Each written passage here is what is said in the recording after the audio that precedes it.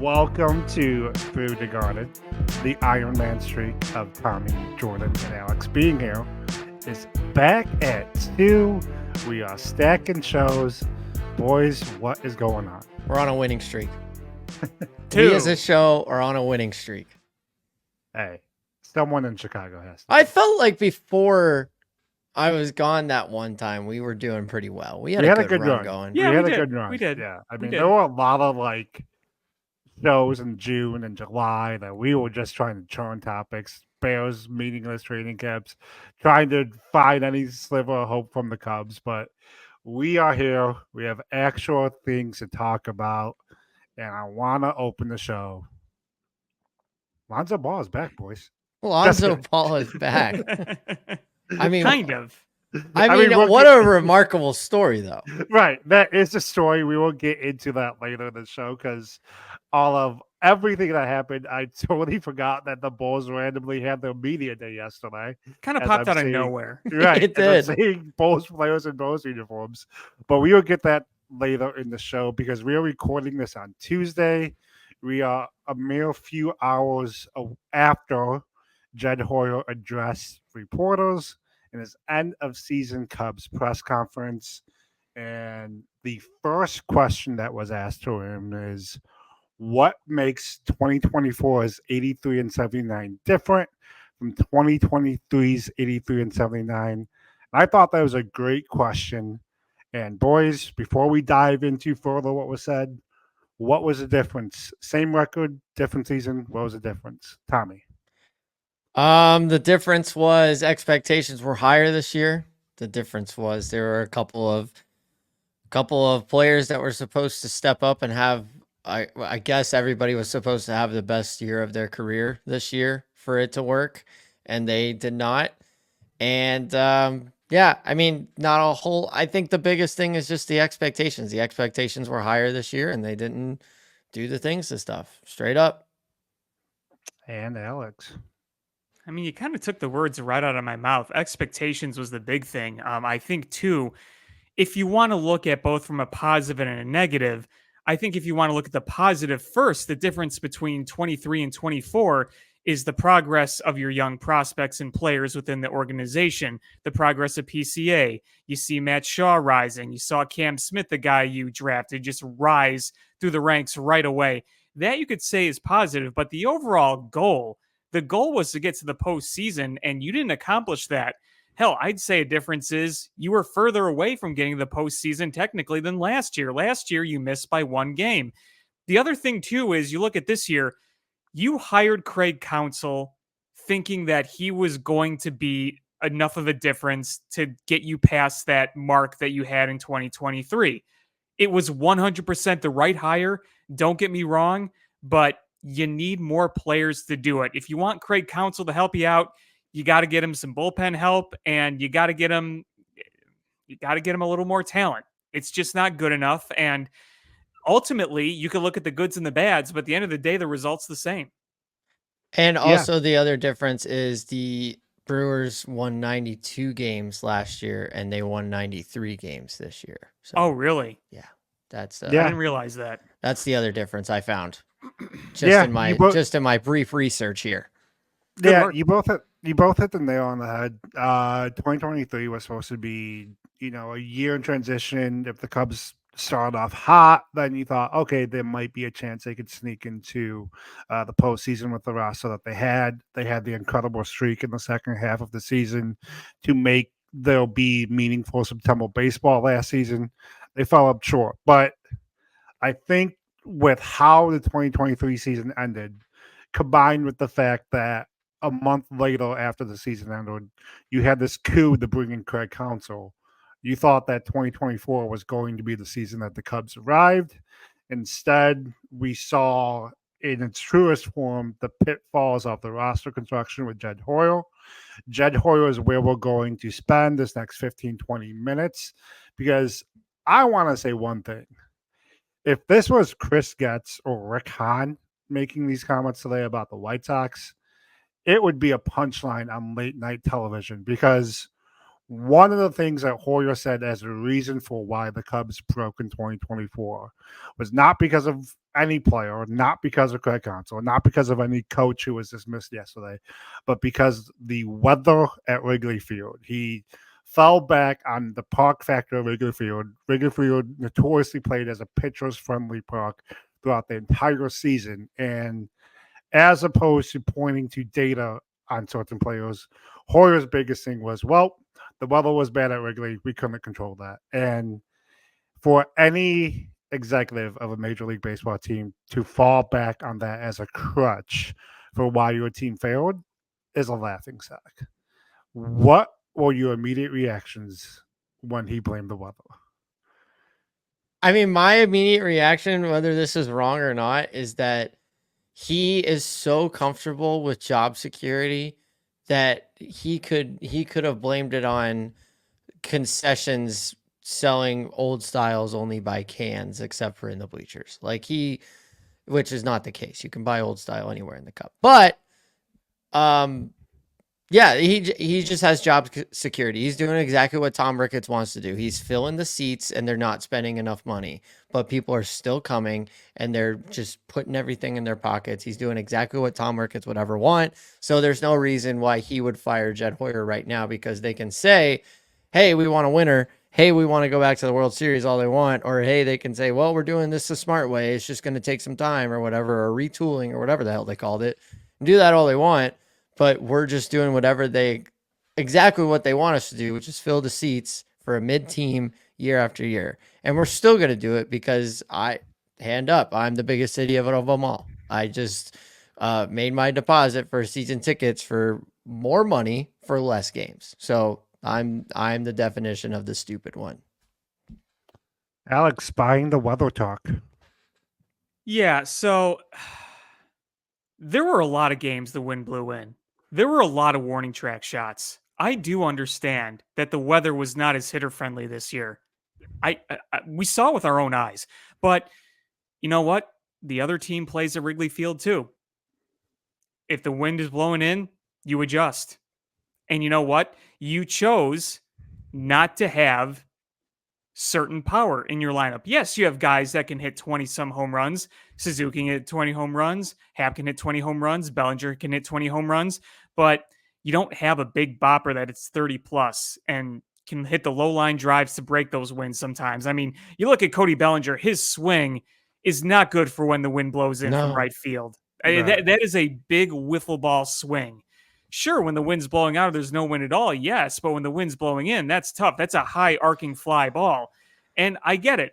The conditions can be very, very tough, but it's how you adjust in those conditions. And I just don't think you can use that as an overall excuse. You have to adjust to the weather where it is, as does the opponent. Both teams in the game play in the same ballpark. Yes, I do agree with Jed that it seemed like the wind blew in a lot this year, but that's why you have to adjust. That's why you have to alter your game. So it's just kind of one of those things where you're like, okay, well, sure, but what are you going to do about it? To say you can't do anything about it, it's like, well, you can, you just don't play a certain way. Easier said than done. Don't get me wrong, but that's the reality of it. Yeah, and here's the thing. One of the things we've been talking about with the Cubs is you have to pay for premium power. What does premium power do? It should hit a home run no matter the circumstances. Yes, there were games where the wind was howling in Wrigley Field, but you can't sit here and tell me that if you have a Vladimir Guerrero Jr. in your lineup, that he won't be able to get one out. And as we're on the home runs, I heard this stat on the new Bernstein and Harris show today. That did you know this past season the Cubs had 57 games where they did not hit a home run. In those Sounds about right. In that 57 games, their record was 17-40. Of those 40 losses, 12 of them were by one run. So where Hoyer wants to talk about he doesn't want to pay for something that's not sustainable. We've seen season after season given that the Cubs offense is broke, that the one thing that they don't have is the one thing that is sustainable power. And you could throw all this park factor numbers at me. And one thing I will say is, on one hand, you can't count on your players outperforming their projections while admitting park factor plays a factor at Wrigley Field, because you can't both can't go together. So it has to be one or the other. And if it is a park factor, then you do have to pay for talent that can play above that park factor at Wrigley Field. Yeah. And for that to be a crutch of Jed Hoyer, I thought was just an extreme mess and just extremely bad luck on his part. Yeah, I'm sick of the excuses. I'm just sick of. It feels like every year we get a new excuse as to why it's still building or why things went awry or something like that. Last year, honestly, all the excuses over the last 4 years have been jumbling. But the weather not cooperating, he at one point said, "Well, the weather is the weather." That was his excuse. I'm like, what? How are we okay with this? How are we just letting this happen over and over again continuously? It's just insane to me. We're a big market team. It should not be why do we need a power bat? It's how do we get the power bat? Right. Who do we got to pay off to get the power bat? You know? And another thing that kind of broke my spirits a little bit too is the talk about the 90 games and how like they need to build for sustainability. And then one of his excuses was, oh, only 3 teams were favored or were expected to have 90 wins this year. That would be the Orioles, the Yankees, and the Dodgers. Can one of you tell me what the 3 of those teams have in common this year? World Series.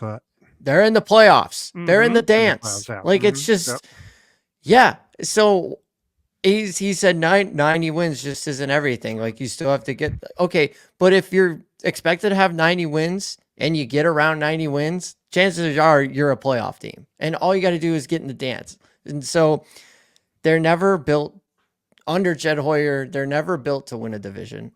It's just, they just want to get to the playoffs. And Alex, yeah, I'm going to let you go off on the comment about what he made, but just one more point before you go bananas. Go ahead.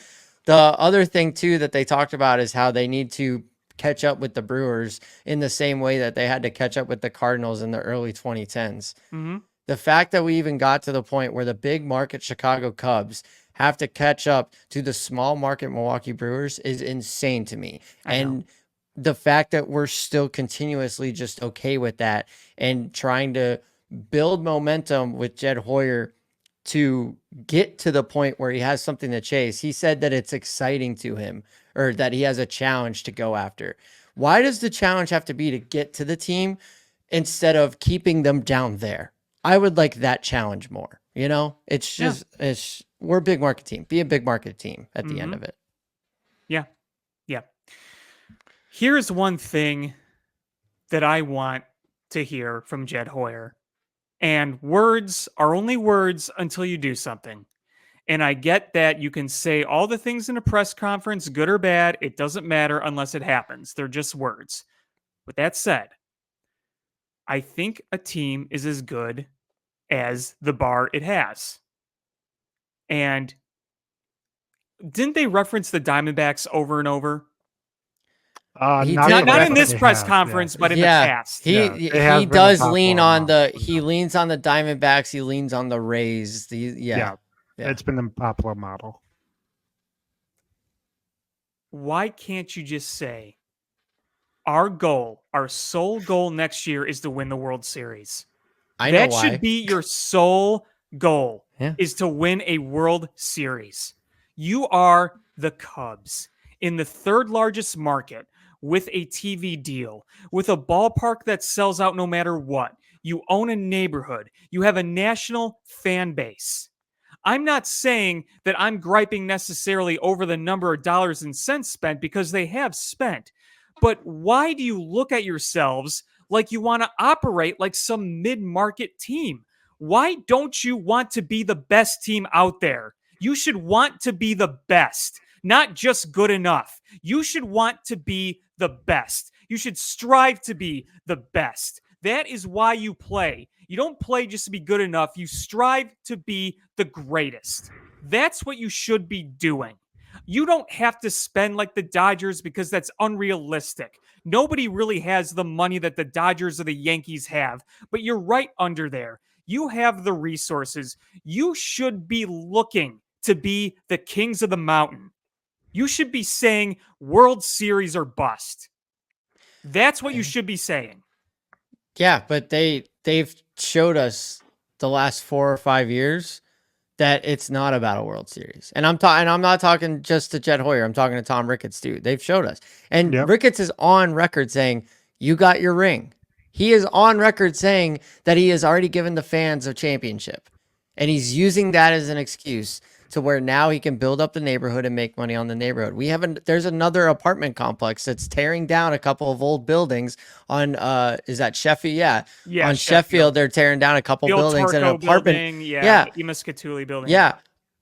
Now, I don't know for a fact, but I do know for a fact that Tom Ricketts owns a lot of those rooftop buildings. He doesn't own all of them, but he owns some of them. Good chunk of them. I don't know if the ones that are being torn down and then that property building one up, I don't know that that's one that Tom Ricketts owns. However, doesn't that sound like a Tom Ricketts thing to do to get more money in the neighborhood?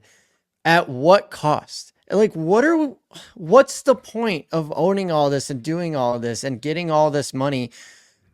Like bringing in this money because of the baseball team, because of the baseball organization, and not putting that money smartly back into the baseball organization. Well, then what is the point? Well, and I say this too. I do think they want to win. I think they want to be good, but they're not willing to do whatever it takes to be good. Well, and I think that's like me saying I want to be a doctor, but I don't want to go to medical school. Well, it's the way I almost see it is like, listen, if they give you sustained success and some good seasons where you get to the playoffs and you do whatever, okay, fine. And yes, it's good to want to have sustained success. I think they would like to win a World Series. I don't think they're sitting there saying, "Oh, we don't want to win a World Series." I'm not saying that at all. Yeah. But go all out to do one, to get one. That's Look at the San Diego Padres. Before the season started, they didn't have Dylan Cease or Luis Arraez. And look what they did. They got Dylan Cease and Luis Arraez. That is the kind of aggressiveness I want. I'm not saying that unless you spend on Juan Soto, you're not going to be successful. I want Juan Soto so bad, but there are other ways you can do things without just signing Shohei Ohtani or Juan Soto. Those aren't the only paths, but sure. It's not being aggressive. And Jed Hoyer has made some bold moves, some of which have worked. Michael Busch was a bold move. That worked. You gave a great deal to Shota Imanaga. Good for him. But you got to take it to that next step. And that's what I'm hoping he does. I truly hope that's what he does. Because you need to. Yeah, and like we talk about the Jason Hayward trade. You know why nobody, we talk about the Jason Hayward trade and we're like, oh yeah, that was a bad deal or whatever. In the moment, who cared? Because the rest of the team was there to pick him up. If the rest of the team is there to pick him up and win a World Series, not a lot of people are going to talk about it. We only talked about the Jason Hayward thing because there was only one championship. There was only one World Series appearance. If they made it 17, 18, 19 with Jason Hayward putting up the same numbers that he put up in 16 and 17, like those god-awful numbers, if that was still happening, nobody would have said boo because they were winning championships. So let's just hypothetically, let's just say they make a move to trade for Vlad, or against all odds, they sign Juan Soto, and then they suck, which it's not realistic, but hear me out, because Jason Hayward was the number one player on the free agency market and going into 2016. Yes, he was. Juan Soto's number one. So just in this hypothetical, let's say Cubs get Juan Soto, then Juan Soto sucks. But this rest of the team that he built wins 2 or 3, or we'll say 3 championships in 5 years in the first part of the Juan Soto thing. You think we're talking about how bad the Juan Soto deal is? No, he just won 3 championships in 5 years. And Juan Soto is...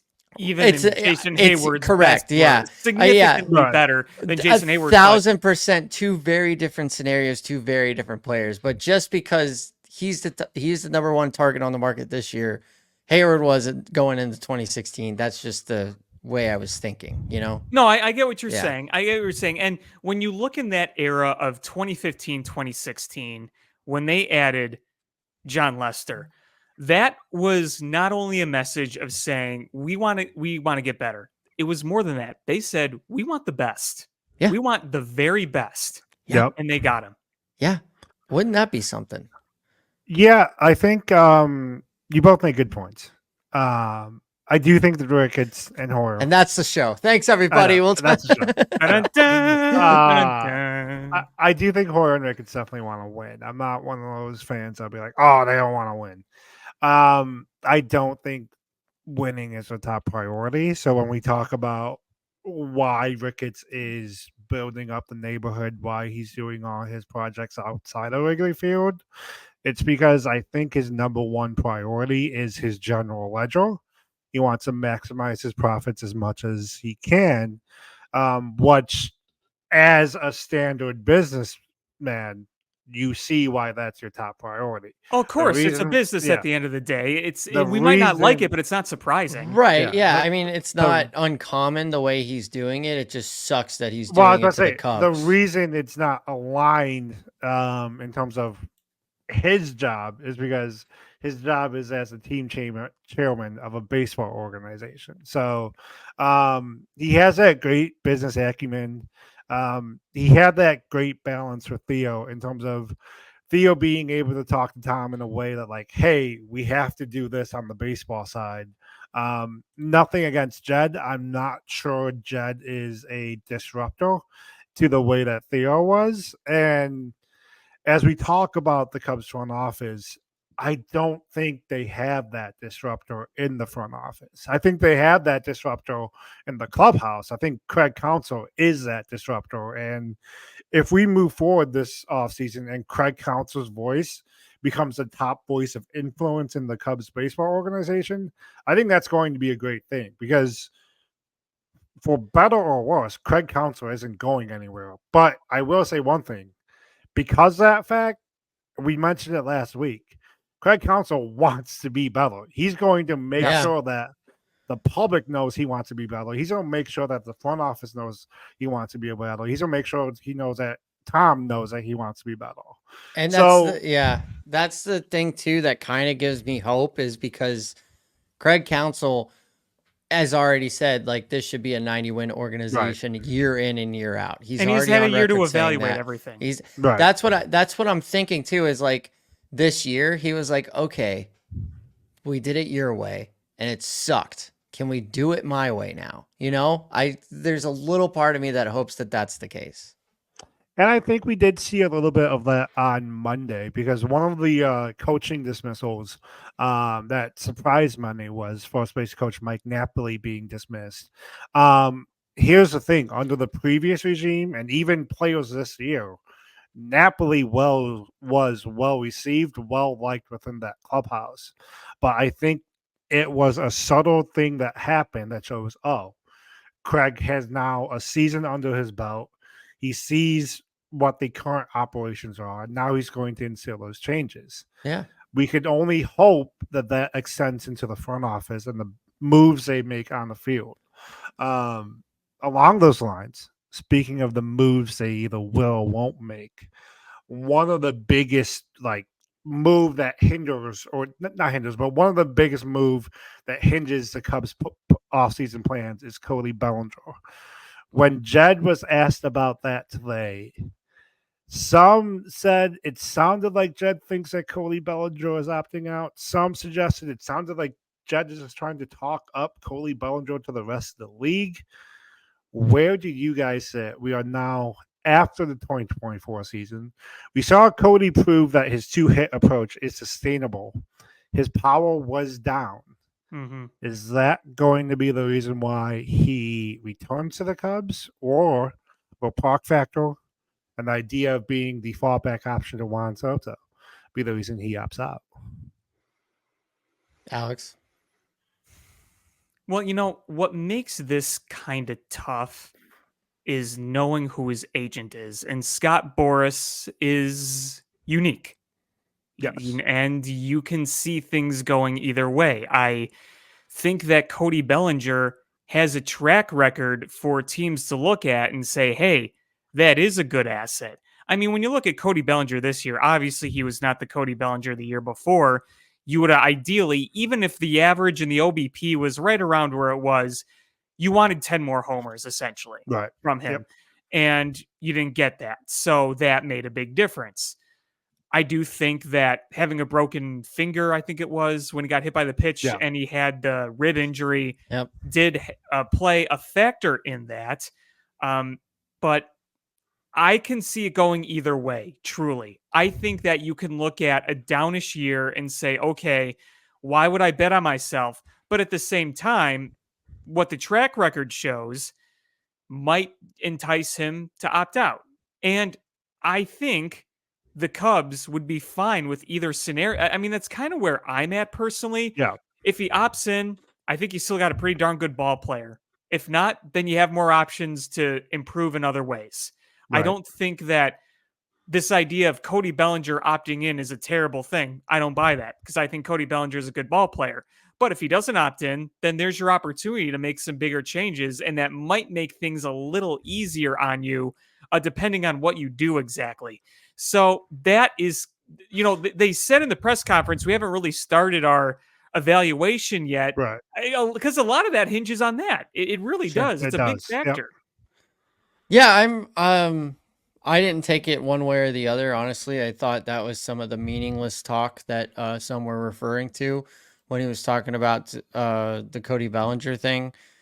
I think the Cubs would rather him opt out.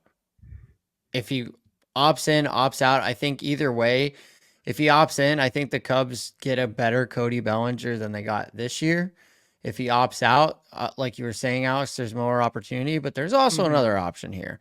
That's him opting in and then the Cubs trading him. That is also on the table. If That he is, opts in.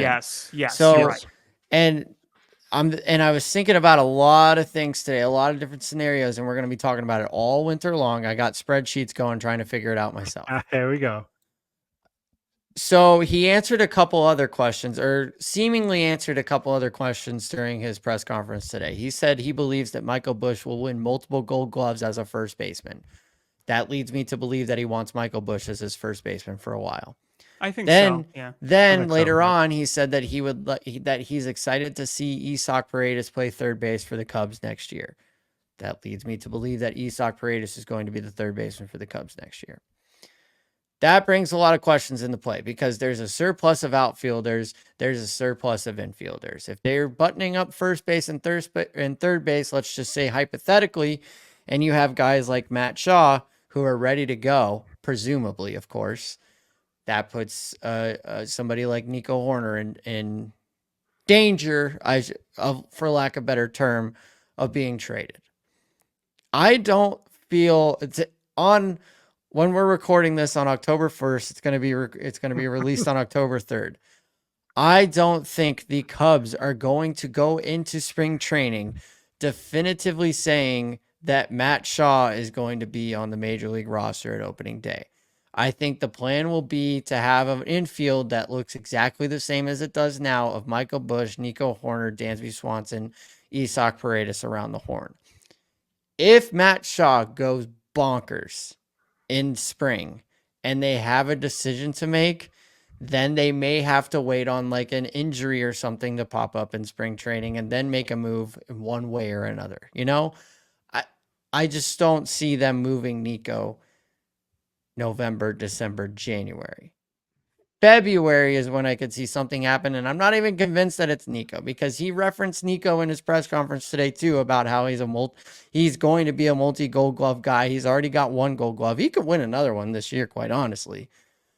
There's a lot of paths for the Cubs, but I think to round it back to Cody Bellinger, I think the bigger thing here is the amount of players that they have capable of playing Major League Baseball in the outfield. Ian Happ has a no-trade clause. Seiya Suzuki has a no-trade clause. Pico Armstrong is being dubbed as the future of the Chicago Cubs. He's not going anywhere. We saw Kevin Alcantara for a little bit. We saw Alexander Canario for a little bit. At the end of the year, we saw Yeah, Kevin Alcantara. I already Yeah, said you that. said Yeah, Kevin I said Alcantara, it. Yeah, I yes. said that. I'm sorry. Owen Casey is right on the doorstep. So and then you bring Cody Bellinger back into the mix. They obviously want Michael Busch to be the first baseman. There's a surplus in the outfield, and something's got to give there. So if he comes back, I think that Jed would use that as trade bait Very first. possible. Very possible. Yeah. And as far as what they'll do in free agency, I think the focus is going to be on pitching, starting and relieving. I could see him going. I could see him trying to make up for his mistakes in the bullpen, going after a Tanner Scott or an AJ Minter or somebody like that. I could see him, like we've talked about before, giving that 1 year prove it deal to Walker Buehler or somebody on like the back end because they believe so much in Shota and Justin Steele and Cade Horton coming up and all these other things. So I have a take. Please. I think Corbin Burns is more on the table than we think. I 1,000% believe that too. Yeah, It's his no. former manager. Like, Yeah, I don't think that's I don't think that's really like a hot take. I think if you look at what Corbin Bone said in August to our guy Burt at Fansided, just talking up the relationship he has with Council. Locally, there's already been talk that Burns is going to be the priority free agent for the Cubs, and there's a lot to like about a rotation that begins with Burns, goes to whatever order you want of Shota and Justin Steele. That's a rotation that can very much, despite whatever the offense is doing, that's a 3-man rotation that can win you a postseason series just because of their stuff alone. So, yeah, I think that's a very valid take, Alex. Yeah, I mean, these numbers are ridiculous. 32 starts this year, 2.92 ERA, just over 1 WHIP. Like, this is... Yeah, he's good. And I mean, I think a lot of people are skeptical. Oh, they won't spend the money. I think he would be within the Cubs price range. I mean, you look, they have paid recently. You paid Dansby Swanson. You didn't pay Cody Bellinger long, but you did pay him a lot of money this year.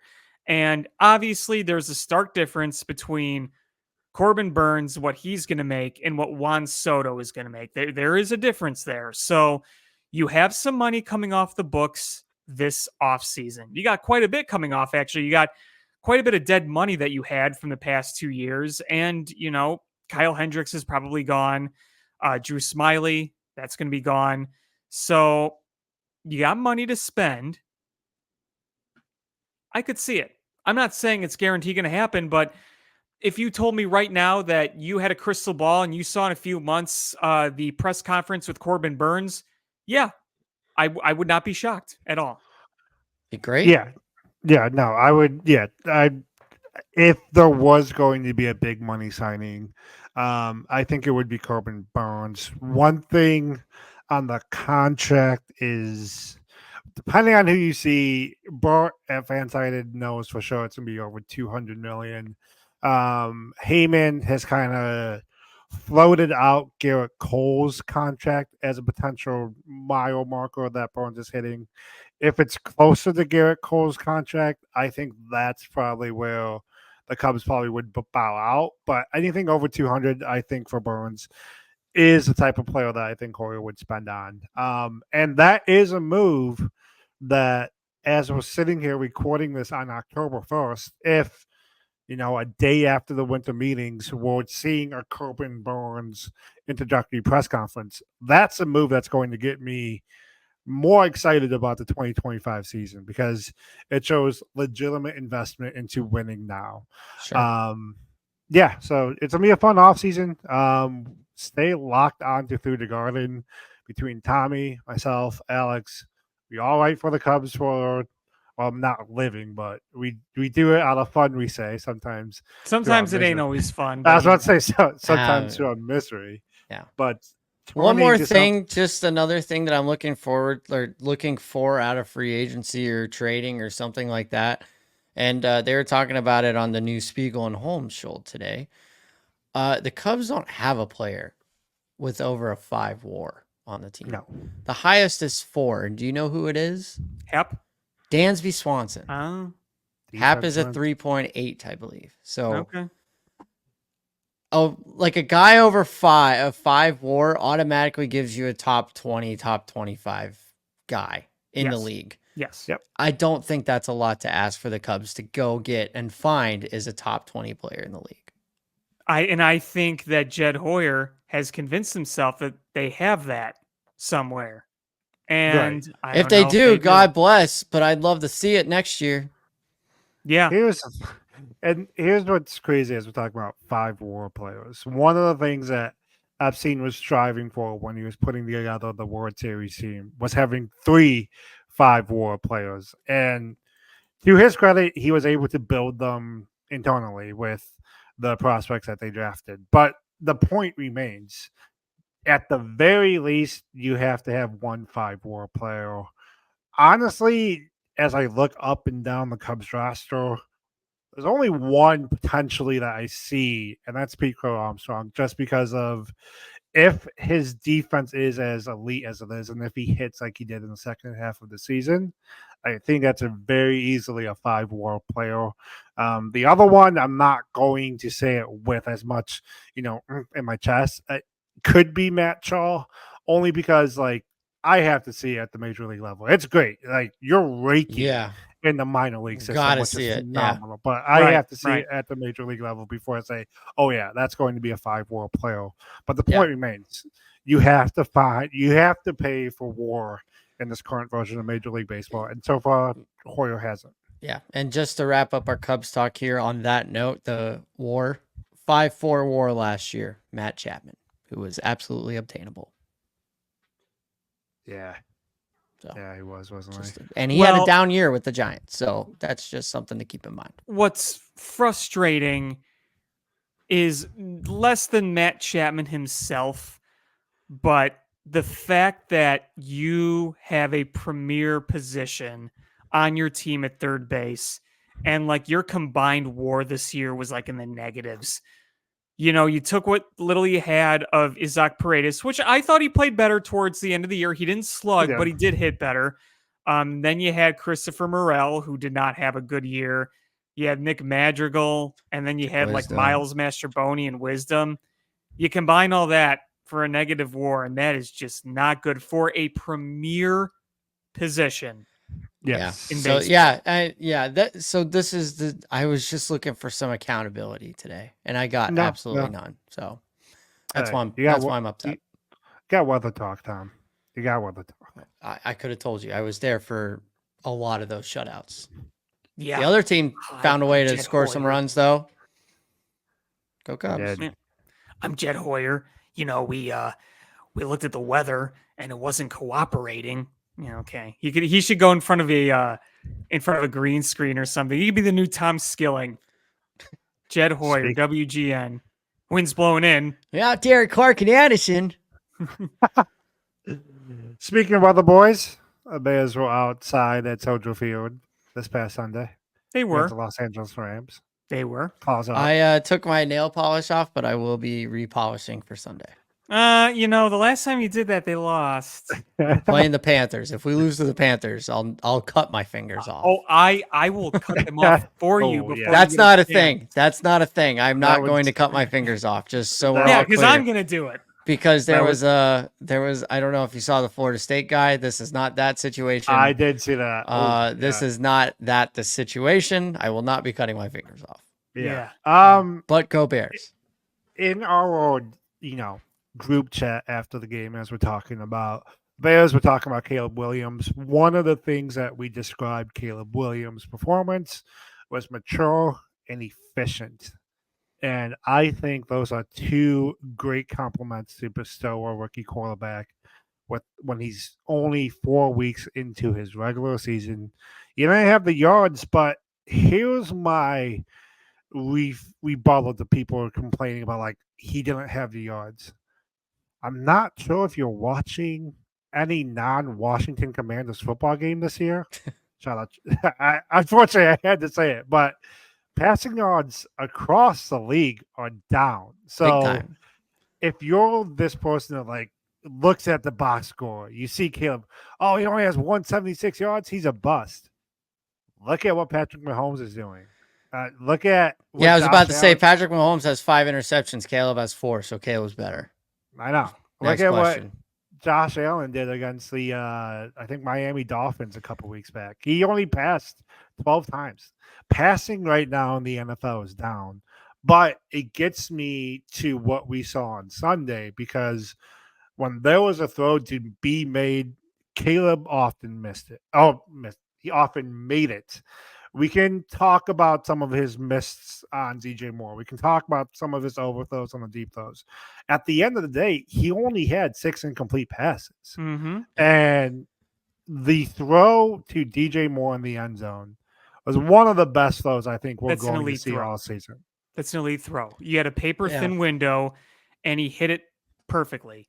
And hopefully that kind of helps get the monkey off the back a little bit because it's pretty clear that DJ Moore and Caleb Williams aren't quite on the same page yet. And I think DJ Moore is a bit frustrated with how Shane Waldron is using him. You can see the body language. He's not particularly happy, but I don't think it's because of Caleb Williams or what he's doing. There's clearly some miscommunications. There's clearly some way that Shane Waldron's calling plays that doesn't really look like it's utilizing DJ Moore as well as they should. And hey, you know what? DJ Moore, he wants to have that standard, then have that standard. Yeah. Obviously, he took accountability for the one throw in the end zone where he slowed up a little bit and Caleb Williams ended up overthrowing it. But, there was obviously some miscommunication there. And, all's well that ends well. Obviously, they won the game, but there is still some work in progress there. But I think the reads look really good from Caleb Williams. Yeah. And I loved watching him take the snap, scan the middle of the field, and instead of forcing anything, he took the swing to DeAndre Swift, which were all positive plays. Yep. That was just it made me feel warm and fuzzy seeing that. I'm like, yes. Watching these reads, I'm like, yes. Mm-hmm. Yeah, and he only missed 6 times, right? He only had 6 incompletions. He was only sacked 3 times, which is crazy. I mean, the line still is a big question mark. Shane Waldron's play calling is still a big question mark. Yes. I was better though in the second half. There was an adjustment made. Better. Yeah, there was an adjustment made, and you see that, and so now I'm kind of caught looking ahead here for the Bears and what's coming. So we got the Panthers next week, and then there's a big trip to London the week after to play the Jaguars, and then there's an off week. We have a bye. I feel like this is a good time that we're going to see Caleb start. I think we'll see him. We have already seen him testing the waters and seeing what he can do and can't do. I think we're going to see some more of that coming up. The Panthers stink. Their defense stinks. The Jaguars are terrible. If they lose that London game, Peterson might be out. Yeah, absolutely. And, if the Bears lose that London game, I'm not going to hold it against them either because it's a weird circumstance and they have a rookie quarterback. But I'll say this about DJ Moore too. When he signed his big extension here, and there was a thought of like DJ Moore over here, Keenan Allen over here, Roma Dunze in the slot, Cole Kmet at tight end. We had these hopes and dreams, right? There has not been a time where the Bears have been able to utilize themselves like that, as we all dreamed, mostly because the offensive line is garbage. But so the defense is able to put some more coverage on DJ Moore right now and say, you can beat us with anybody else if you can even get to that read, but you're not going to touch DJ Moore. So DJ Moore, yes, there's a play calling with Shane Waldron, but he's probably got a little bit more attention on him as well. Once things get to start figuring out, we're going to see DJ Moore. I am not worried about DJ Moore. DJ Moore is going to show up big. I'll be patient and wait because, again, this was Caleb Williams' 4th game. Next week is going to be his 5th game. And in his 6th game, he has to travel across the world. I'm going to give him a little bit more leeway here. And you know what? Personally, I'm not even thinking about the London game. The next game is against the Panthers. 100% focus on that. Yeah. You got to take care of business at home. And listen, you got to respect every opponent in the NFL. And you know Andy Dalton well. You know what? He might not be what he used to be, but... And he dominates the teams he used to play for. Well... If you think about it. I saw a stat. He dominates. Did he dominate last Sunday? Didn't Cincinnati win? Oh, well, the stat leading into the game. Leading up, He had already played against Cincinnati and yeah. dominated them. When did he No, play yeah. that? When he had to make that spot start for the Cowboys, Oh, I think I remember. and then he No, he then he was on rocked them. Was Joe Burrow out that game though? It doesn't matter. I don't know. My stat was right. All right. I will say I think this season is actually going exactly how like we talked about at the beginning of the season. I think in the moment we just forgot how it might feel in the moment because what did we say at the beginning of the season? It's like Caleb's not going to get off to this running start. The perfectness behind the Bears' schedule is that it allows him to gradually get better, and then once the games are meaningful in the second half of the season, you hope he's putting it all together. And I think we dominated the picking of these games too. I think we had him win, loss, win. That's what I had him 2-2 going into this Panthers game with the exact. Yeah, so it's so this is going like we were mad at the offensive line, but this is going basically like we said it was going to. Yeah, and we're at the point where we said, okay, I think we think between the Panthers game, the Jaguars game, and then the Commanders game after the bye, this is around the time that it should start to click for Caleb, and I think Sunday was a step forward in that direction. Alex, to go off of what you said, I had to do a double take on Sunday when I'm watching a Bears quarterback, not afraid to leave the pocket, but going through his progressions. Mm-hmm. We never saw that with Mitch. We never saw that with Justin. Right. So the fact that 4 weeks into his career, Caleb isn't afraid to stay in the pocket. And then he's also not afraid to go through his progressions. And then what was so cool on Sunday, it wasn't sexy, but he took the check down. Yes, you don't want him always taking the check down, but if the big play isn't there, what did Bill Belichick say makes Tom Brady great? He just wants a positive play. And that's exactly what Caleb Williams did on Sunday. Yeah, I have all the faith in Caleb. I want to say this. Sorry, go ahead. No, what I do want to say is I'm still not letting the head coach off the hook because you have way too many penalties still. Yeah. And why did you take a timeout? Why didn't you take the delay a game? Right. No, I agree. That's still inexcusable to me. I'm not saying this game does a 180, but like I reiterated in the past, Caleb Williams is not my biggest concern. No. It's not. No, I agree.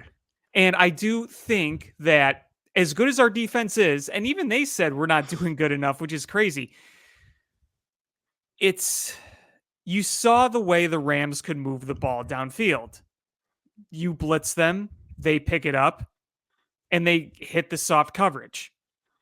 That is going to be something that I think is going to need a little adjustment, because one of my fears about the defense, as good as it is, and I said this going to the season, is that they tend to give you soft cushions. Yeah. And they can pick up chunk yards on you pretty quickly. Now, you got to love the way the defense clamps down. Oh, yeah. They bend, but they don't break. But what is notable, and I've said this before on other shows, and I'll say it again, kickers are great now. So if it's a close game, you need to get to just midfield to get into people's realistic field goal ranges now. Yeah.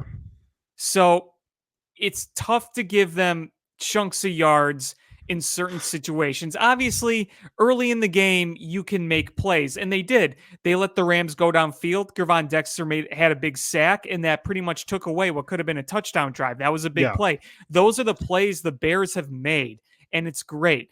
You just got to be careful sometimes. If you keep blitzing and they're able to pick that up, that soft coverage is going to get chunks of yards after you. I'm not panicking about it. I'm not saying it's the biggest issue, but it is something to note. Just something I'm throwing out there. Yeah, I agree. And you know, Bears are winning their home games. 2-0 at home.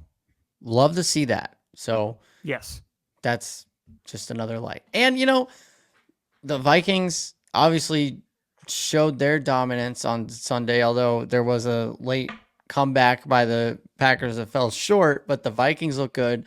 Detroit looks incredible. Detroit looks so good. Yeah, It's Detroit looks really but good. here's the thing.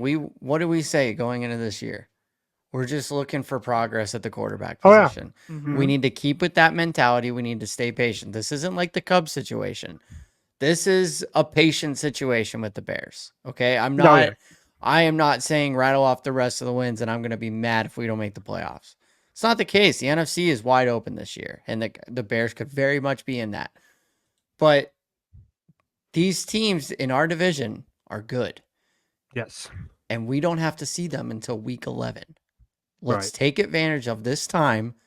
Let's figure things out now. Take advantage of our bye week after London. Not so much, we can't be super locked into the wins and losses just yet. You know, like Caleb No. it all looked bad in Houston. We almost got away with one in Indy.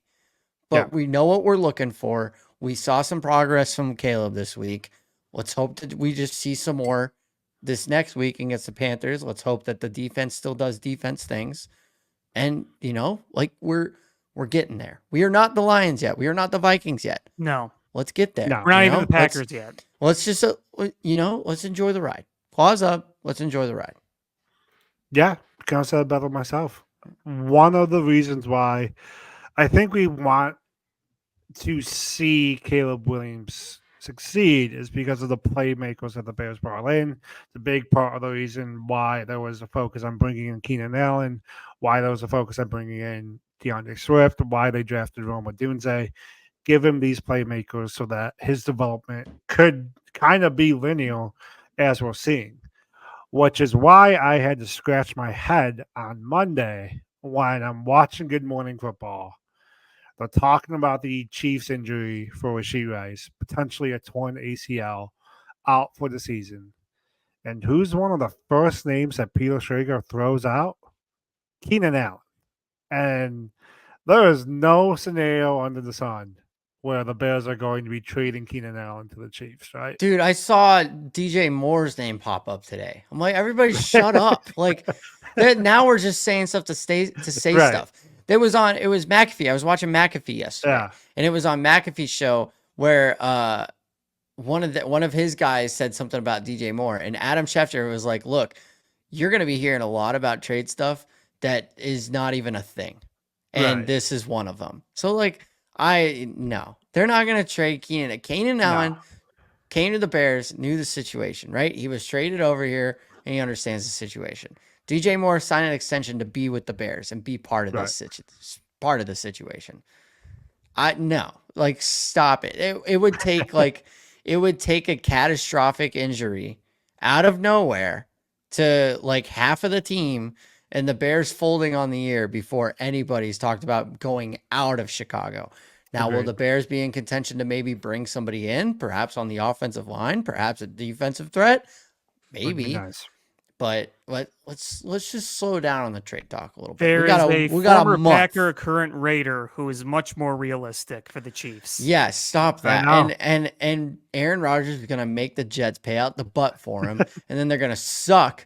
And then Aaron Rodgers is gonna leave town, and the Jets are gonna be bad for another decade. Yeah, right. Sorry, the Jets franchise. 9 that's- points against the Broncos. 10-9 loss. 9 And points Bo- against the Broncos at home. And Bo Nix had negative net passing yards. I couldn't have written a better script, quite Yeah, honestly. no kidding. And watching the Packers down 28-0 in the first was just fantastic. It was pretty good. And then I went to Almost- the Cubs game, but whatever. Almost as good as Saturday night. Roll Tide. Georgia, we see you. I missed the whole thing. I was at the wedding. I went to a wedding. Oh, And yeah, and then I just saw on Twitter, this is the greatest game of all time. And I was like, it was damn it. it was phenomenal. And then the second half happened, and I almost shit my pants. But we won. You won. Roll Tide. Yeah. Closing the book on the Bears. Let's go to predictions for the Panthers game. I think this is, as we were saying, I think this is one of the first teams we see it begin to click for the Bears offense. I have them putting up a 30 burger against the Panthers. 30-13, Bears win. I'm going to say the same score. However, It worked for me in week 1. I'm going to pull it out again in week 5. There will be at least one defensive/special teams touchdown by the Chicago Bears. I think they're ready to make a statement. I think they're still a little salty about what happened to them in Indy and in Houston. And I think they're looking for a statement. Jalen Johnson. I'll call that. How about that? There we Jalen go. Johnson, touchdown, pick 6. Bucket. I'm gonna go 27-13. Perfect. I like it. A sweep down the board. Bears are winning on Sunday. Ultimately, bet. I just want to see a great game from Caleb. Place that bet now. Don't come at us if it loses because we're not betting experts. Well, I saw. No. I think they were talking about the how much the Bears were favored for, and it wasn't quite as much as you would think. Okay. But It's like 3.5. yeah, All right. Well, maybe I you would have get that guessed profit 4 or boost. 5, that. but It's they're early still in the week. favored. It's early in the Yeah. week. The Bengals did. I mean, the Panthers were hanging on with the Bengals for a little bit, at least, They right? were. Bengals So- don't look good though. I think I was about to say. yeah, I think they're the Bengals are closer to bad than good. Yeah. But you are right. I mean, you put Andy Dalton in, they beat the Raiders, and I get the Raiders aren't good, and then you hang in there on. Weren't they in Cincinnati too? No, it was in accurate? Carolina. It was in No, Carolina. Okay. Carolina. Yeah. Okay. Yeah. Okay. Okay. in My Carolina. bad. So were they playing on the road against the Raiders? I honestly don't remember. No, it was in Vegas, Okay. and then they lost to the Bengals in Charlotte. So you went on the road and you won with Andy Dalton, and then you hung in there against the Bengals. So I don't think that this is one of those scenarios where it's going to be a blowout right from the start. Maybe you pull away later. I could be wrong. I don't know. It's second just a half adjustments. prediction, but Apparently, we're a second half team. sure. Another thing. Yeah. All right. Let's open up the junk drawer as we close out the episode. I like that. News to me on Monday. I'm opening up Twitter. I see Zach Levine in the Bulls uniform. I'm like, oh, you must be doing some promo. I see Lonzo Ball in the Bulls uniform. I'm like, oh, it's actually Bulls Media Day. And we're not going to talk too much about the Bulls. They're going to be bad this year. But 28 wins Just- at best. I don't know. But just salute to Lonzo Ball. The fact that we're even in 2024 after he pretty much got a new knee less than a year ago, and we're talking about him potentially being cleared by opening night, that's a great story. Yeah, I mean, he was talking today about how he has to remember that the knee that he has in his body now is a completely brand new knee. Yeah. And Yeah. it's not like there's no trace of the old knee. It's a completely brand new knee. Yeah. And so he said that he's limiting the restrictions that are on it. He hopes to be out there on opening night. What an incredible story it'll be just to see him check in if he does come into a game. What an incredible story that he's at training camp. Like, this is, Yeah. No, yeah. I mean, people were talking about he wasn't even going to play again. There were I didn't people think he talking about was. that he was going to lose his leg. Like, Right, these were all realistic scenarios.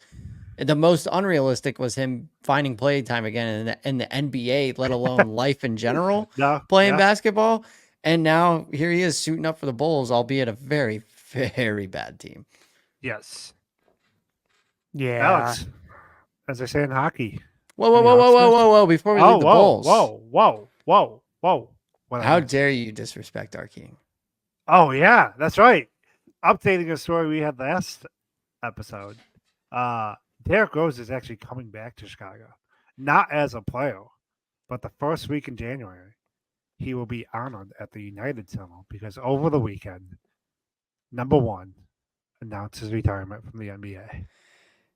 Yeah, it was actually right after or the day after we recorded. Yeah. When I said that Yeah. we should Great bring him timing. back. Yeah, he retired, and the one belongs in the rafters. I hope that is the case one day. It would be a perfect time to do it when he does come back in January. But we all have our Derrick Rose stories of times where we watched him and he just did ridiculous things, and Yeah. and mine is a little different just because I was growing up in Atlanta. And so obviously I wasn't watching the Hawks for any reason. And I didn't have any ways to watch the Bulls unless they were on national television. And then when Derrick Rose came around, they were on national television a lot. So I got to see Right. Derrick Rose. I actually went to see him when he played in Atlanta. Just the memories. I mean, he got me into the Bulls straight up. It was him. Yeah. And like Joakim Noah was there, obviously, and then the whole gang of guys there. But Derrick Rose got me into the NBA. So he was a link for the Jordan era people to the Rose era people, and then Yep. it's a spark that we're going to long for a very long time for the Chicago Bulls. And I would love nothing more than a good Chicago Bulls team to go to the UC and watch, because Bulls games are electric. They They are. are great. But yeah. you got to get me in the building when it comes to basketball. Yeah. Correct. And you're just not doing it right Correct. Yeah, I know. And when Derrick Rose was winning the MVP, that 2010-2011 season, I didn't miss a game. I watched Right. every game that year as a teenager in high school, and I wore Bulls stuff to school every single Yeah. day. It was part of my life, such a big part of my life, that team. When they lost to the Heat in the conference finals, I was devastated. I was so sad. They dominated game one, and I said, this is a team of destiny. We're gonna destroy the Heat. We're gonna get to the finals. We're gonna win it all. And then everything obviously went downhill from there. And then my prom night the next year, getting ready to put my tux on, getting ready to drive over to my date's house. Yeah. Derrick Rose goes down. Game Yeah. one of the playoffs. Did you skip prom? No, I went to prom and I had a wonderful time. See, come on. Not a true Derrick Rose fan. Tommy, I am going to come over more there left. and I'm going to just put a big bucket of cheese. I would molten have called the cheese school all over and your head. I would have called the school and had the thing rescheduled. Yeah. Hey, There's no way. our prom was at the Chicago Planetarium. We rented out the Chicago wow. Planetarium. Did you at least have like a moment of silence? I know. Well, so let me tell you. Did you offer your leg? I did that night. So basically, I left for prom. We didn't know what the prognosis was. And then late the night, the bus came roaring up the high school driveway. And I walked down the row of cars. There's my dad to pick me up. Was his head down? Because The first thing he told me is he tore his ACL. First Yeah. thing he told me. So Did you leave the date at the planetarium? I would have. no. I would have. Did you give her one black rose? Yeah. Like, I would have told her, look, I hope you have a nice life. My life is over. You two are sickos. You two are sickos. I enjoyed the hell out of my prom. And All boy, right. let me tell you, the tux I rented was a nice piece of clothing, but that did you have was a boutonniere? Mm-hmm. Was it a rose? Oh, It was. that's It was tough, man. I'll tell you that. So it's funny you mentioned that too, because not only that, Funny that Derrick Rose tore his ACL. Is no, that funny? no, Wow, what not type of funny guy as are in you? he, but it was my freshman year homecoming dance when the Cubs got swept by the Dodgers in the NLDS. Dude, stop going to these My dances. God. I haven't been to a dance in over 10 years. We found the common denominator. Jeez Louise. I graduated high school in 2012. Those days are long over. All right. Although Oh, I went God. to college formal a few times, but I Oh, don't think no. anything catastrophic happened. Was that during when Kyrie went to his those. ACL? No, you know what though? Oh, When I went to my freshman year college formal, that was when the Blackhawks were on their magical Stanley Cup run in 2013. So okay. that kind of makes up for that a little bit. Although, that was the year they didn't have Rose because he was hurt. But if you remember that year, they won the first round against the Nets in 7 games. That was a fun series, yes. Yeah, they They won did, Game didn't 7 they? on the Yeah. road in Brooklyn. Yeah. So fine. that was a fun time. All right, fine.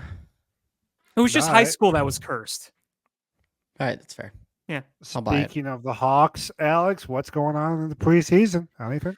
Well, they're starting to cut down the roster a little bit. I Did think they Bedard said make the roster? he will make the roster. Thank God. Whoa. Big Yeah. scoop on Through Big the Garden. scoop. You know, Yeah, I Col- predicted that. I predicted that Bedard would get Really? posted. Yeah. Well, good Yeah. for you. I will send you one cookie. No, you won't. Yes, I will. I will send you one cookie. Good job. All right. Yeah, I know what the season is going to be for the Blackhawks, and I'm just playing with you, Alex. I'm a big Blackhawks fan like you are. I'm just excited to watch fun hockey again, and I know we keep repeating that, but I just can't stress enough how, like, yes, we are talking positive about the Blackhawks, but you got to think of where we're coming from when we're talking about positivity in the Blackhawks. This is not going to be a win-loss year. This is just going to be a fun hockey season, watching fundamentals and young guys just go for it, and I'm here for it. Yeah, and you know what? You might not win a ton of games, but you watch the individual performances, and this is a big year for a lot of prospects. How Frank Nazar responds in the next year. This is shit or get off the pot time for Reichel. This is it with him. Yes, that's a great point. Yeah, absolutely. You need to see a big step forward, not just a little step forward, a big step forward. So there's going to be plenty to watch in Rockford and on the Blackhawks level with a lot of young players. How's Kevin Korchinski going to do in year 2? Is he going to make that big step? And then you see, hey, you got Teuvo Teravainen back. You got Bertuzzi back.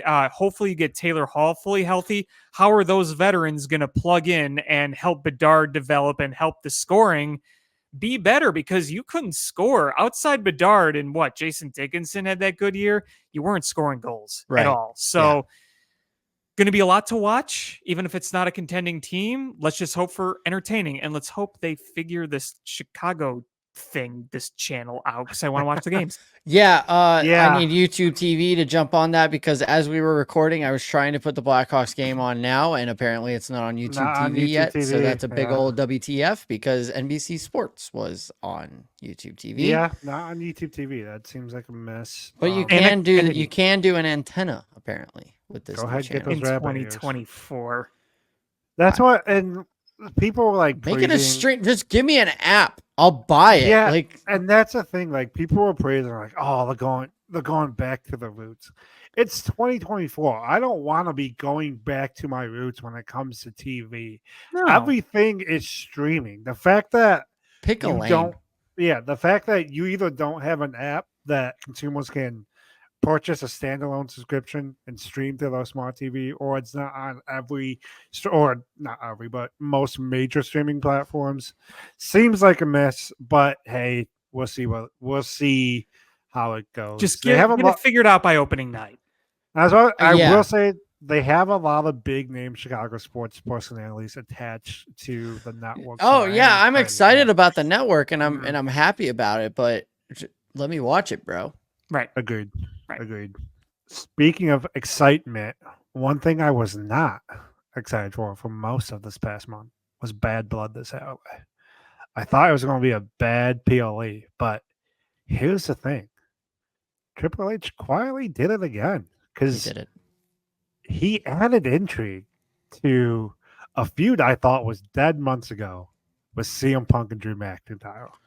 Alex, we have a Hell in a Cell, and we're not talking about that dumb red Hell in a Cell that we've had for years. We have the nostalgic steel cage, Undertaker throwing Mankind off Hell in a Cell back for CM Punk versus Drew McIntyre, the end of the feud once and for all.